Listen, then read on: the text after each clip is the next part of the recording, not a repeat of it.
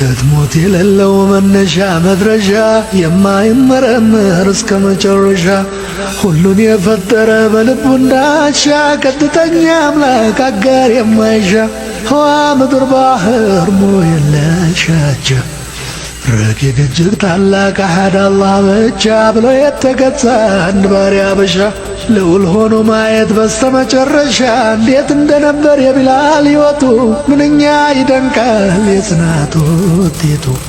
ጥቁሯ ሀበሻ የቢላል እናት ከቤኑሽ ሞጎሳ ለአንድ ባሪያ ናት። ልጁም እንደ እናቱ ባሪያ ሆኖ ሲኖር አንዳች መብት የሌለው ከመረገጥ በቀር ነገን የማያልም የኡመያ ባሪያ እረኛ የነበር የግመል ያህያ የአላህ መልእክተኛ የነቢዩ መምጣት ወሬው ተዳረሰ በእያንዳንዱ ቤት በመካ አካባቢ እያነጋገረ የወቅቱ ርዕስ መሆኑ ተጀመረ።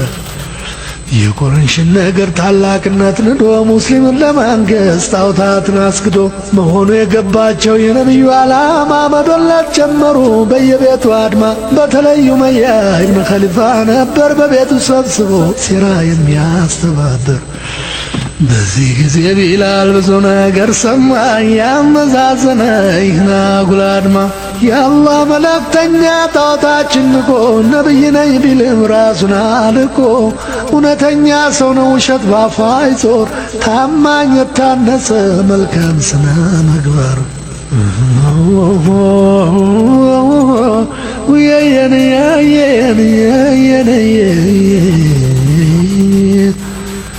ለሰው ችግር ደራሽ አዛኝ ልብ ያለው ጉድለት የሌለበት ፍጹም ሙሉ ሰው ነው እያሉ ሲያነሱ በአድማቸው መካከል እንደ ዋዛ ይሰማል ጆሮ ሰጥቶ ቢላል ነቢዩ ተከታይ ከቶ እንዳያገኙ የሚያደርጉበትን መፍትሄ ሲመኙ ቢላል ይገርመዋል የዚህ ሴራ ጥንስስ እንዴት ሁለት ምላስ ይኖራል በአንድ ራስ። ነቢዩ ሙሐመድ ጥሩ እንደሆኑ በውይይታቸው ሁሉም እያመኑ ታዲያ ለምንድነው አድማ ማስፈለጉ እያለ በርካታ አሰበ በወጉ። አንድ ቀን ወሰነ ነቢዩ ዘንድ ሄዶ ለእስላም እጁን ሊሰጥ ሌላ ሁሉን ክዶ የሐሳቡን ፈጸመ በይፋ ገለጠ ከምንም እስላምን መረጠ። ወሬው ተሰማና የቢላል መስለሙ አሳዳሪው ጌታ የኡመያ ደሙ ፈላ ገነፈለ በእጅጉ ተቆጣ በሱ ባሪያ መስለም የሆነውን አጣ። በጣም ተናደደ በጣም ተበሳጨ ቢላል በመስለሙ እሱ እየተቆጨ ቢላልን ሊቀጣ ቃል ገባ እየማለ ፀሐይ ተመልሳ አትጠልቅም እያለ እጅ እግሩን አሰረው ከጋላ ሸዋ ላይ ከደረቱ አስጭኖ ቋጢ ድንጋይ በጣም ደበደቡት ገረፉት ሲበዛ ጣዖትን እንዲያመልከውን ኑዛ። ቢላል ግን በፍጹም ከአሐድ በስተቀር ካፉ ሌላ አይወጣም እንዴት ብሎ ይናገር።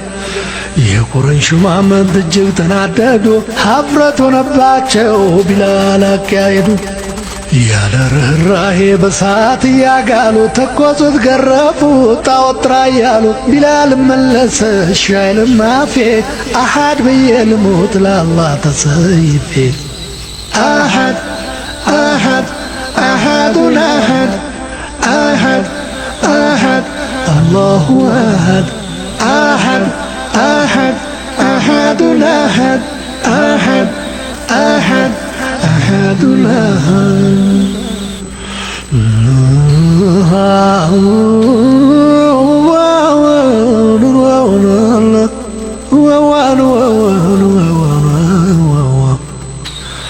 ነፍሱን ስቶ እስኪወድቅ ቢቀጠቅጡት አልቻሉም ሐሳቡን ምንም ሊያስለውጡት። በጣም ተበሳጭተው ተስፋ እየቆረጡ ድንገት አቡበከር ከቦታው ላይ መጡ።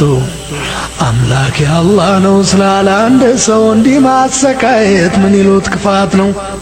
በል ከገዛህበት ክፍያ ጨምሬ ከፍዬ ልውሰደው ገንዘብ ክንቆጥሬ አሉት ለኡመያ ለባሪያ አሳዳሪው ለእስልምናው ጠላት ደመኛ መሰሪው። ኡመያ መለሰ በጣም ጥሩ ግዛኝ በከንቱ ከሚሞት እኔም ገንዘብ ላገኝ።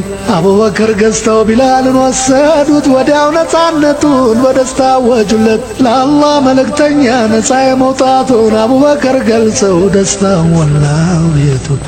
በመዲና ስደት አንድ አዛን አድራጊ መኖር ስላለበት ሆኖ አስፈላጊ ዘር ቀለም የማይለይ አድሎ የሌለበት ነፃነት አልባሹ የእስልምና እምነት ከባርነት መዞ ከትቢያ ፈልጎ ቢላልን መረጠው ሙአዝን አድርጎ።